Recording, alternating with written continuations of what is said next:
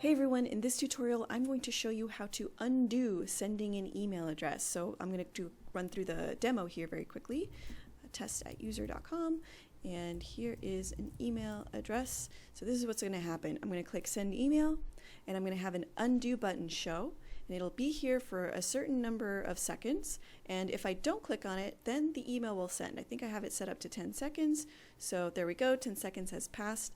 I can see my alert message there, and then my entire email form reset itself because the email was set, and I can start over with a new email. Now if I were to click on that undo button, user.com, here's another email, then we'll see what happens. Send email. Okay, I have 10 seconds to click on it. Let's click on it now, and you can see message not sent. My email button comes back and my form has not been reset, and if we were to check that inbox for that email address, the email would not have reached them because it was never triggered. So I'm going to show you how to achieve this delaying workflow. Alright, so this is how this is going to work. I have a simple form here for sending an email. I have a single line input to type in the email address and a multi-line input to type in the message, and I've got my send email button. Now this button is what's going to trigger everything. So let's go into the workflow section and see what we're going to do here. So before I do any actions under the send email button, I'm actually going to create a custom event, because what we're going to do is trigger this event so that it can send the email at a later point in time. We're just going to delay the sending email action. So we'll go to the custom option here and then create a custom event. I'm going to name this event send email.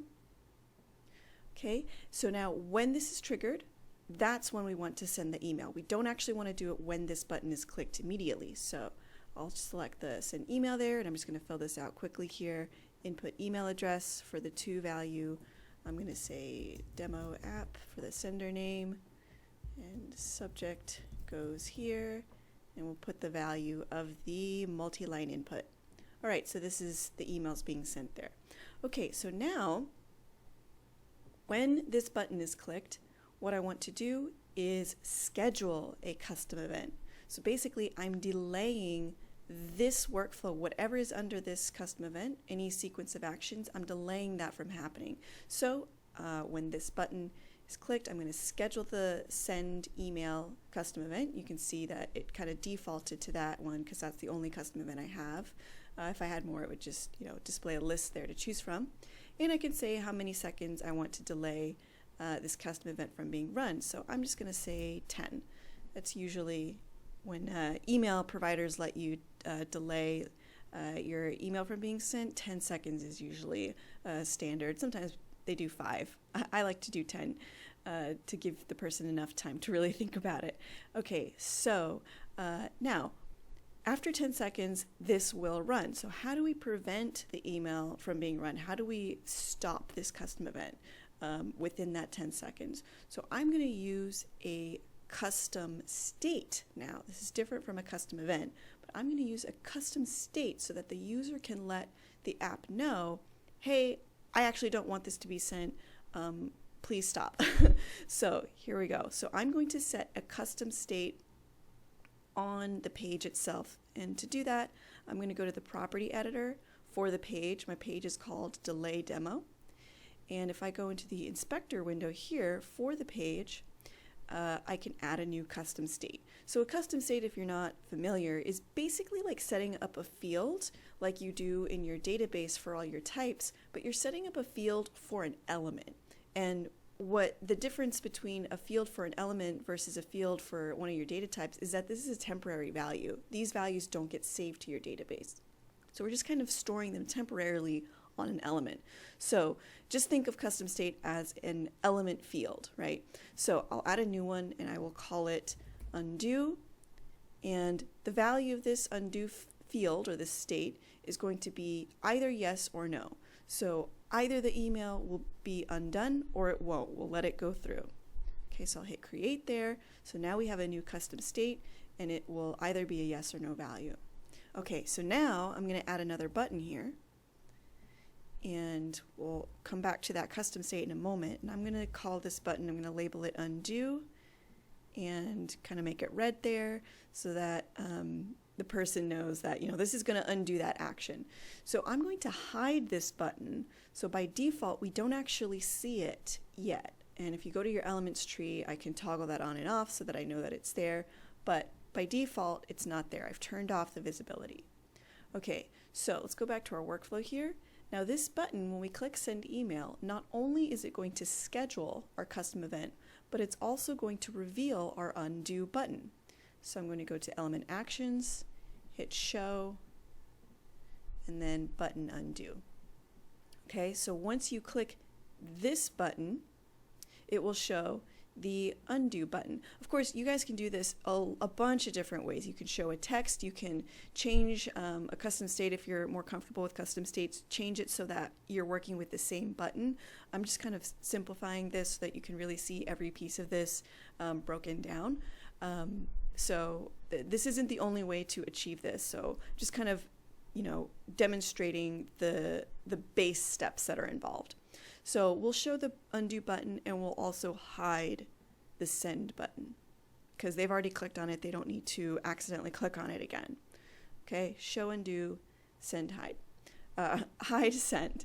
All right, so now what happens when the user clicks on this button? This is what will trigger our custom state to be set to a value so that our custom event will not run. So when I click on this button, this undo button is going to set state. Okay, this is where we're involving our custom state.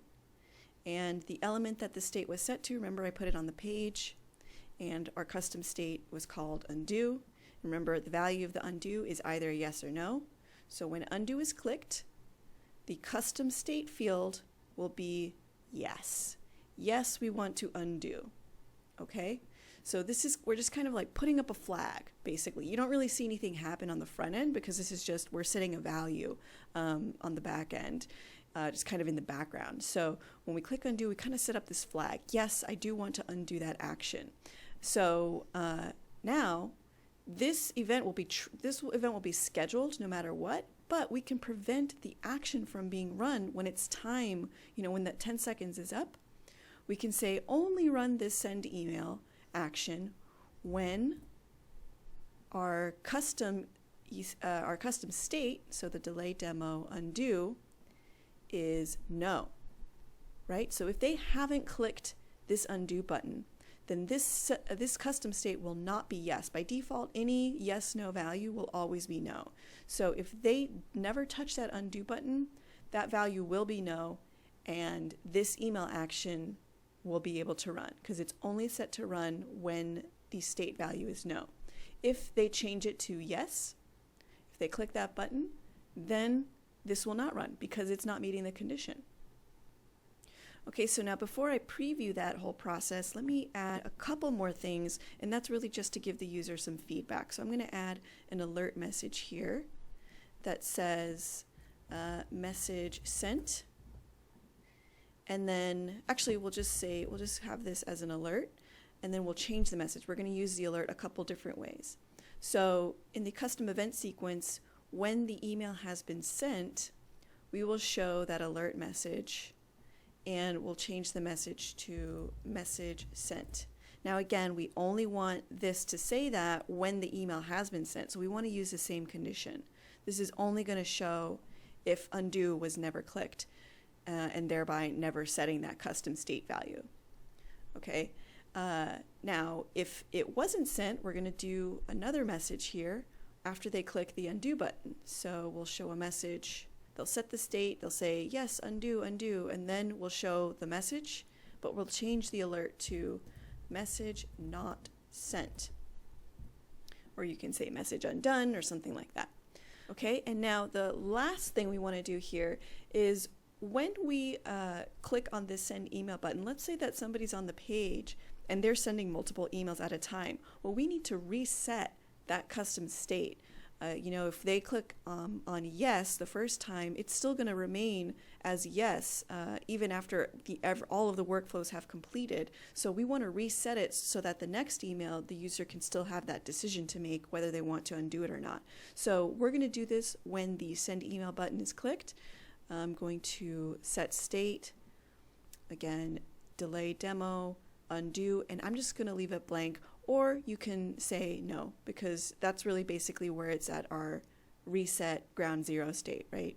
So that way, once they click this button, this has been set back to no, so it's giving them that decision again, and they have the option to click undo to either change it back to yes, or just leave it alone, which will allow the email to be sent. Okay, so let's preview this.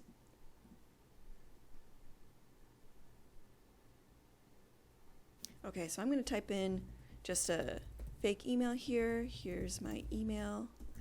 And I'm not going to test viewing the email or anything. I'm just going to kind of show you how these elements are going to work. So I'll click send email, and you'll see that the undo button shows and the send email button hides.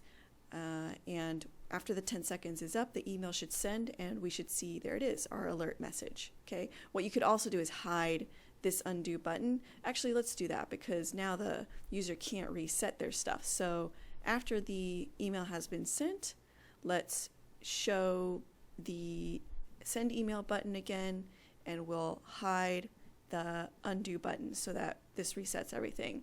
Well, probably we do need to do this. I'm just going to copy this action for the undo sequence as well. So basically, for no matter what path they take, we need to take the person back to the place they started, to this state of the page when they started.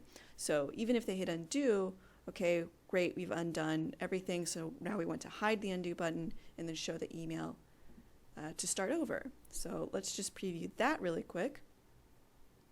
And this time I'm going to click undo. Oops. Testing the undo button. Okay, so send email. Now before the 10 seconds up, I'm going to click this undo button, and we'll see message not sent in our alert. Send email button comes back. And so now our page is back to the state where we began, so we can continue editing this email if we wanted. I would also not clear out the inputs, because you're giving the person a chance to undo. So we don't want to reset the form for them, because they might want to come back to it. That's probably why they're undoing. But once the email has been sent, it's probably safer to reset the inputs then. That would clear out the form. So only after the email has actually been sent, then we can do that. Now, notice how I'm adding the exact same condition to all of these actions here. What you can do to consolidate things is copy this condition and put it at the event level. Okay, so now I can clear these out, and I don't have to worry about all of my actions being run under specific condition, something slipping through. I can just place that condition right at the custom event level, because that will apply to all of it. This entire sequence of events will not run if the undo is yes. It will only run if undo is no. All right, so definitely keep that in mind once you get actions in there. It's better to consolidate things like conditions so that you have less room for error in case you miss one down here. Just put it at the event level. It'll still have the same effect. None of this will get triggered unless it meets this condition. Okay, so I'm now going to just click through every action here a little slower so that you can pause the video and take a look to make sure that you've got everything. And if you have any questions at all about how to implement this kind of thing in your app, please reach out, and thanks for watching.